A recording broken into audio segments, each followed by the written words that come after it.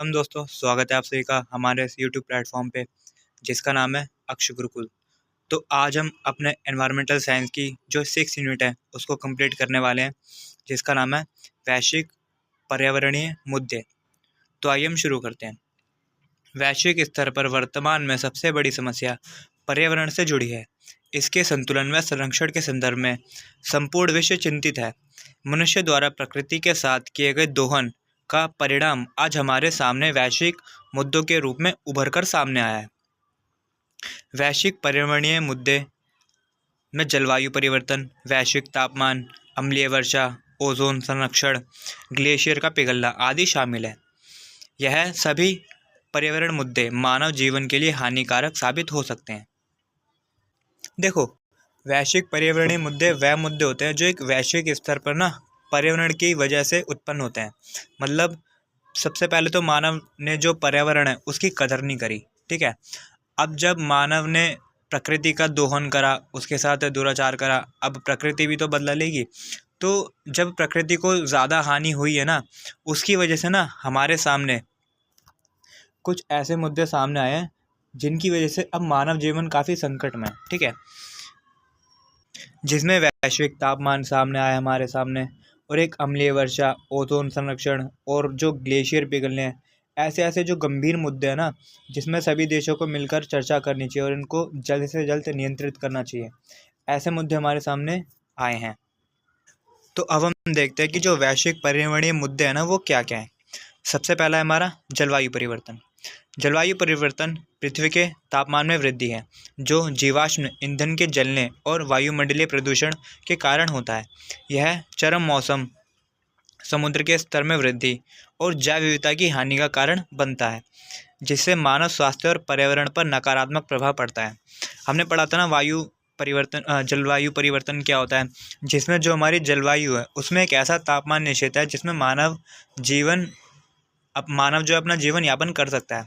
लेकिन धीरे धीरे क्या हो रहा है कि जो हमारा पृथ्वी का मौसम है, जो हमारा जलवायु है, वो ना धीरे धीरे गर्म होती जा रही है, जिसकी वजह से ना मानव जीवन को आगे आने वाले समय में ना काफ़ी समस्या का सामना करना पड़ सकता है, ठीक है। और वो उनका जो मुख्य कारण क्या है, वो ये है कि जो उद्योग हो गए, परिवहन के साधन हो गए, इनसे जो गैसेस निकलती है ना वो हमारे वातावरण के लिए काफ़ी हानिकारक है, जिसकी वजह से जलवायु परिवर्तन हो रहा है।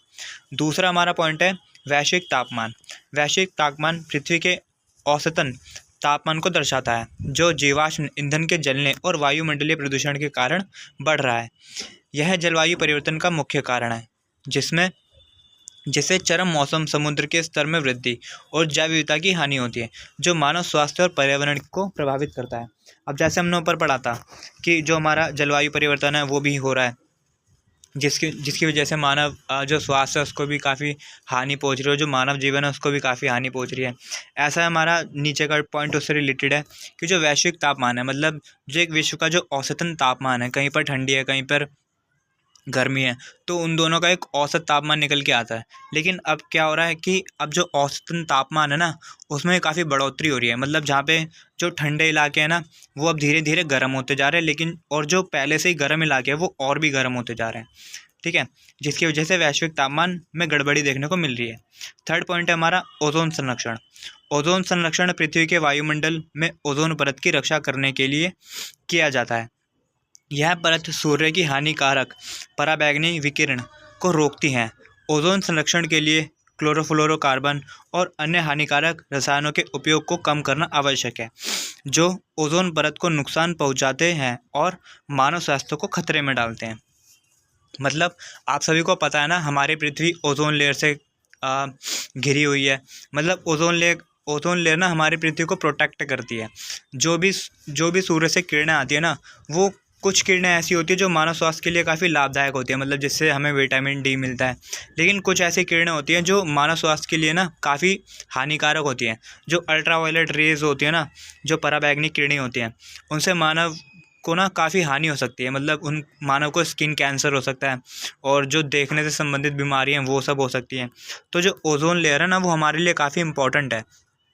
अब जब CFC हमारे वातावरण में बढ़ रही है, जिसकी वजह से ना जो ओजोन लेयर ना वो धीरे धीरे ना कम होती जा रही है, मतलब टूटती जा रही है, ख़त्म होती जा रही है। अब जब ओजोन लेयर ही नहीं बचेगी तो जो अल्ट्रावायलेट रेज किरणें जो सूरज से आ रही हैं वो डायरेक्ट पृथ्वी पर आएंगी और उससे काफ़ी नुकसान पहुंचेगा। ठीक है। फोर्थ पॉइंट है हमारा अम्लीय वर्षा। अम्लीय वर्षा वायुमंडलीय प्रदूषण के कारण होती है, जिसमें सल्फर डाइऑक्साइड और नाइट्रोजन ऑक्साइड जैसी गैसें जल स्रोत और मिट्टी को प्रदूषित करती हैं। मतलब जो अम्लीय वर्षा है, जो एसिडिक रेन है, उसमें जो मुख्य गैसेज हैं वो सल्फर डाइऑक्साइड और नाइट्रोजन ऑक्साइड हैं। ठीक है, जो मिट्टी को दूषित करती हैं।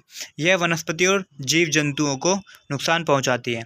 इसको कम करने के लिए वायुमंडलीय प्रदूषण को कम करना और जीवाश्म ईंधन का उपयोग कम करना आवश्यक है। मतलब ये सब ऐसे मुद्दे हैं ना जो एक वैश्विक स्तर पर हम सबके सामने आ रहे हैं, जिनकी वजह से मानव जीवन को आगे चलकर और अभी भी काफ़ी हानि पहुंच रही है।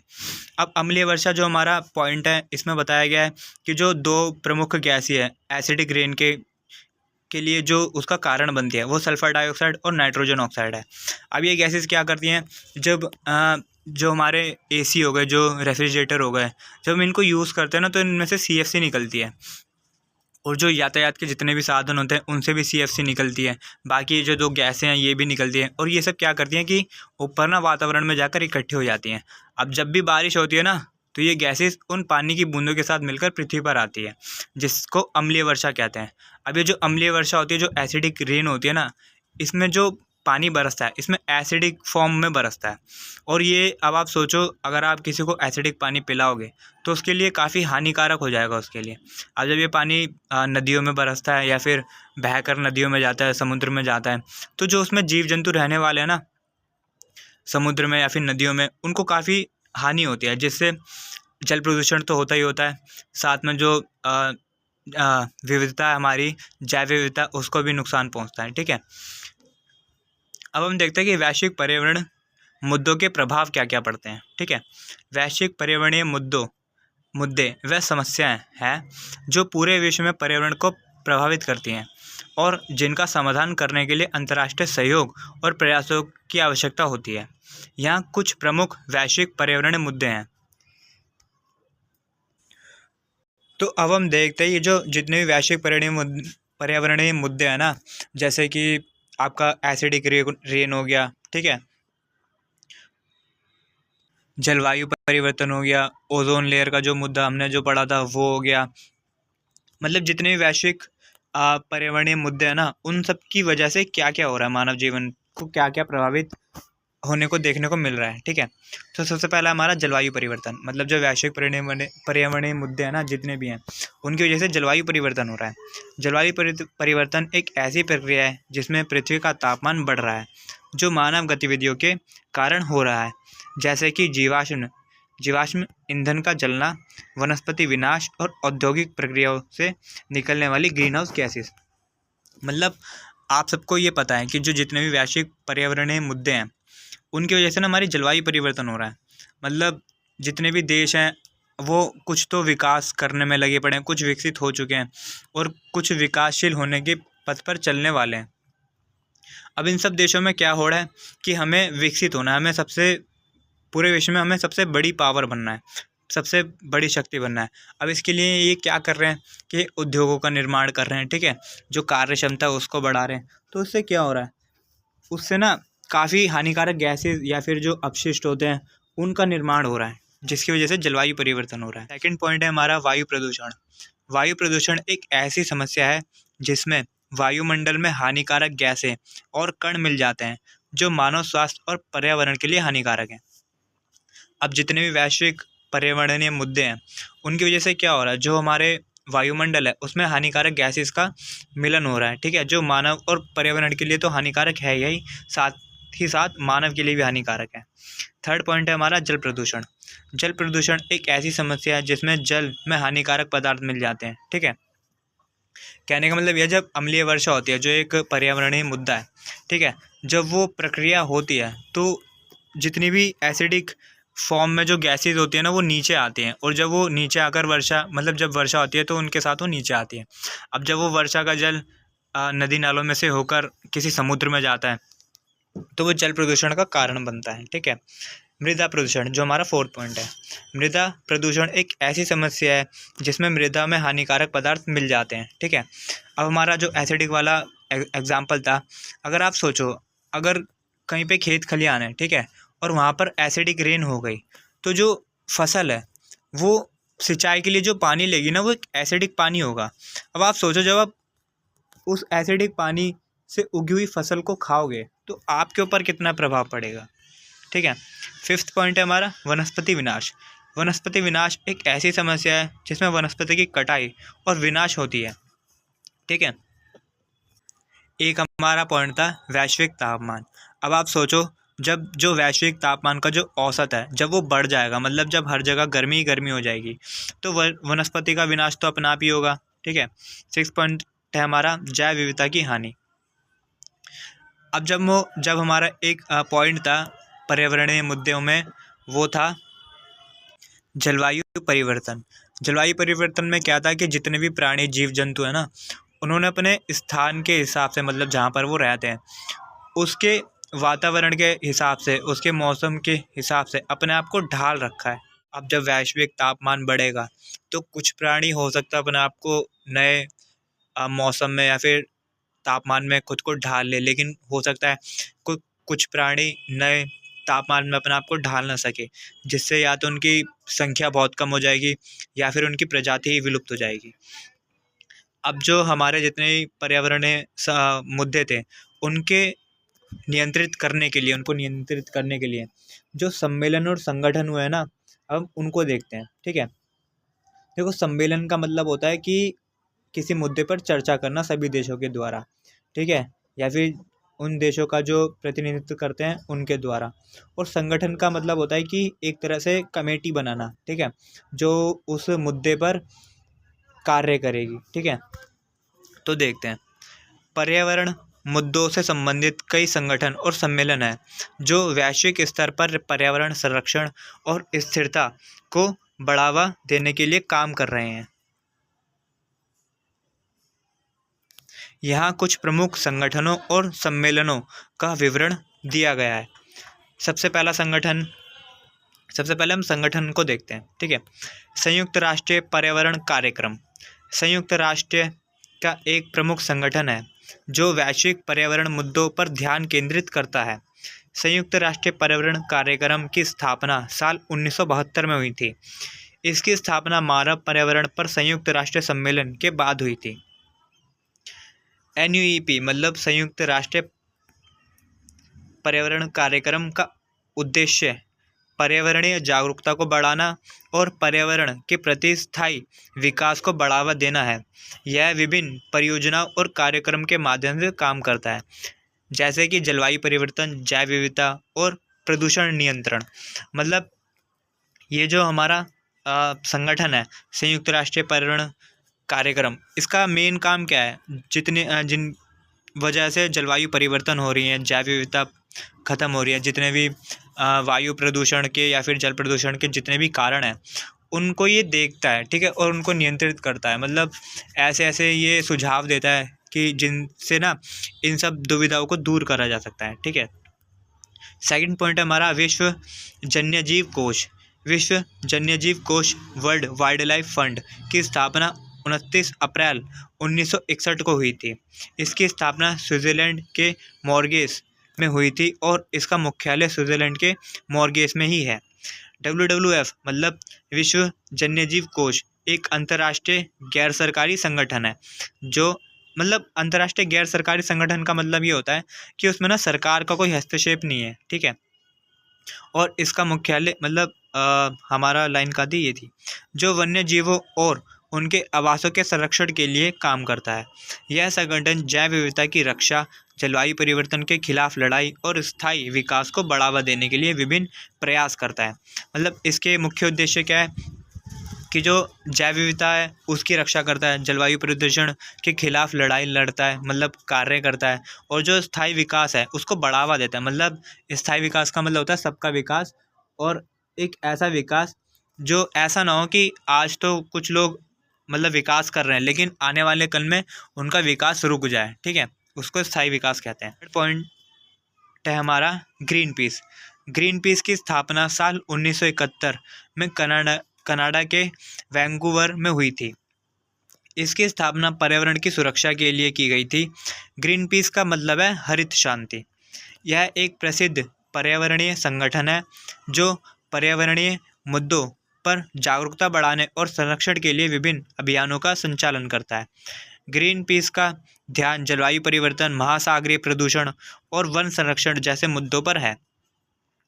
ये जो हमारा ग्रीन पीस है, इसका मुख्य उद्देश्य क्या है? जो भी जलवायु परिवर्तन हो रही है उनके कारण और उनका निपटारा करना। महासागरीय प्रदूषण जो होता है, जैसे अपशिष्ट जो उद्योग होते हैं, डायरेक्ट अपना कूड़ा कचरा उसमें डाल देते हैं, उनको देखना और उसका समाधान करना। और जो वन संरक्षण है, मतलब जितनी हमारी वनस्पतियाँ हैं उनका जो अधिक कटाई हो रही है, जो अंधाधुंध कटाई हो रही है, उस पर उसको देखना, ठीक है, और उसकी जो समस्या है उसका निपटारा करना। अब हम देख लेते हैं सम्मेलन, जो पर्यावरणीय जितने भी मुद्दे हैं उनके ऊपर सम्मेलन क्या क्या हुए हैं। तो सबसे पहला हमारा सम्मेलन है पेरिस जलवायु समझौता। 2005 में आयोजित जलवायु परिवर्तन सम्मेलन COP21 के दौरान लगभग 196 देशों ने इस समझौते पर हस्ताक्षर किए। इसका उद्देश्य वैश्विक तापमान वृद्धि को 2 डिग्री सेल्सियस तक सीमित करना और जलवायु परिवर्तन के प्रभावों को कम करना है। मतलब ये जो पेरिस समझौता है, इसका मुख्य काम क्या है कि जो हमारा औसतन तापमान है उसमें ना 2 डिग्री सेल्सियस को उसको और कम करना, ये इसका प्रमुख उद्देश्य है, ठीक है। थर्ड पॉइंट है हमारा पेरिस समझौते का जो गठन हुआ था वो 12 दिसंबर 2015 को पेरिस में हुआ था। यह समझौता जलवायु परिवर्तन को कम करने और वैश्विक तापमान वृद्धि को 2 डिग्री सेल्सियस से नीचे रखने के लिए एक महत्वपूर्ण कदम था। हमने अपर पॉइंटों में पढ़ा। फोर्थ पॉइंट है हमारा पेरिस समझौते पर हस्ताक्षर 22 अप्रैल 2016 को न्यूयॉर्क में किए गए थे और यह 4 नवंबर 2016 को लागू हुआ था। मतलब जो पेरिस समझौता है उसका जो गठन हुआ था, मतलब जो उसकी कमेटी बनी थी, वो 12 दिसंबर 2015 को बनी थी। फिर जब उस कमेटी ने सभी देशों के सामने नियम, कायदे, कानून रखे कि आपको इन नियमों का पालन करना पड़ेगा, उनको 22 अप्रैल 2016 को प्रस्तुत करा और उस पर हस्ताक्षर करवाए। जब सभी देश की रजामंजूरी हो गई तो उसको 9 नवंबर 2016 को लागू कर दिया गया था। सेकंड पॉइंट है हमारा संयुक्त राष्ट्र जलवायु परिवर्तन सम्मेलन COP। संयुक्त राष्ट्र जलवायु परिवर्तन सम्मेलन की शुरुआत 1995 में बर्लिन में हुई थी। यह सम्मेलन हर साल आयोजित किया जाता है, मतलब ये एक वार्षिक सम्मेलन है जो हर साल आयोजित करा जाता है।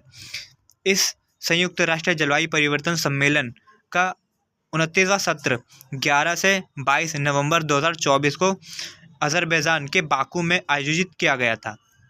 यह एक वार्षिक सम्मेलन है जो जलवायु परिवर्तन से संबंधित मुद्दों पर चर्चा करने के लिए दुनिया भर के देशों के प्रतिनिधियों को एकत्रित करता है। इसका उद्देश्य जलवायु परिवर्तन के खिलाफ वैश्विक कार्यवाही को बढ़ावा देना है, ठीक है। मतलब एक वार्षिक सम्मेलन है जो हर साल होता है और जितने भी देश इसमें शामिल हैं, जिन्होंने इसकी नीति निर्देश पर हस्ताक्षर करा है, जिन्होंने इसको अपने देशों में लागू करा है, वो सभी देश के प्रतिनिधि जो होते हैं वो इस सम्मेलन में जाते हैं और जो वैश्विक जलवायु परिवर्तन के जो मुद्दे होते हैं उन पर चर्चा करते हैं और अब कदम उठाते हैं। थर्ड पॉइंट है हमारा संयुक्त राष्ट्र सतत विकास सम्मेलन।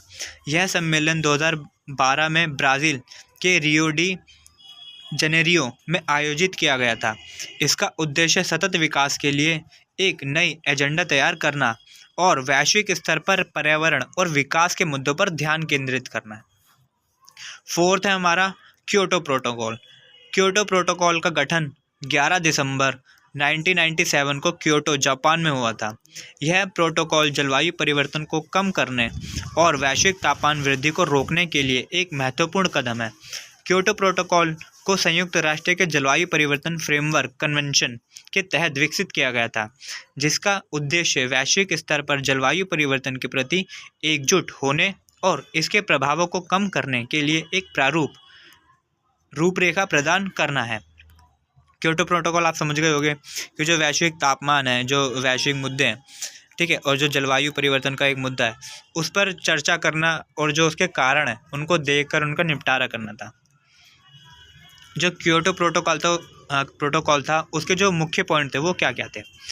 विकसित देशों को 2008-2012 के बीच अपने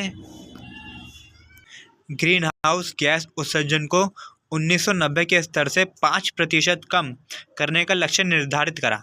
मतलब इसमें ये कहा गया था कि जितने भी देश हैं वो जब CFC और जो क्लोरोफ्लोरोकार्बन जैसी गैसें हैं, जो कार्बन डाइऑक्साइड जैसी गैसेज हैं, जो ग्रीन हाउस गैस में शामिल हैं, उनका जो उत्सर्जन है ना, उसको 2008 से 2012 के बीच में ना ये बोला गया था कि आप जितना भी उत्सर्जन कर रहे हैं उसमें आपको 5% की कमी लानी होगी। ठीक है।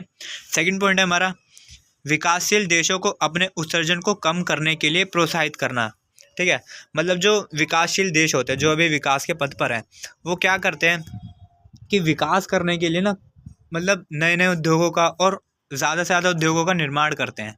ठीक है। उससे क्या होता है, जो CFC गैसेज होती है, जो कार्बन डाइऑक्साइड होती है, जितनी भी हानिकारक गैसेज होती हैं, फिर उनका उत्सर्जन काफ़ी कम होता है, उत्सर्जन ज़्यादा होता है। ठीक है।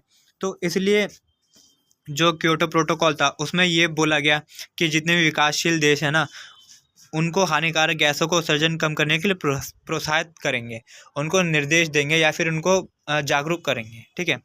थर्ड पॉइंट हमारा, क्योटो प्रोटोकॉल 16 फरवरी 2005 को लागू हुआ था और यह 2012 तक प्रभावी रहा। इसके बाद पेरिस समझौता क्योटो प्रोटोकॉल की जगह ले गया, जो 2016 में लागू हुआ था। यह एक अंतर्राष्ट्रीय समझौता है जो ग्रीन हाउस गैसों के उत्सर्जन को कम करने के लिए काम करता है। आप समझ गए होंगे कि क्योटो प्रोटोकॉल के कार्य क्या क्या थे। ठीक है। तो हमारी वीडियो यहाँ पे ख़त्म होती है। अगर आपको वीडियो अच्छी लगी हो तो लाइक, शेयर और चैनल को सब्सक्राइब जरूर करिएगा। Thank you.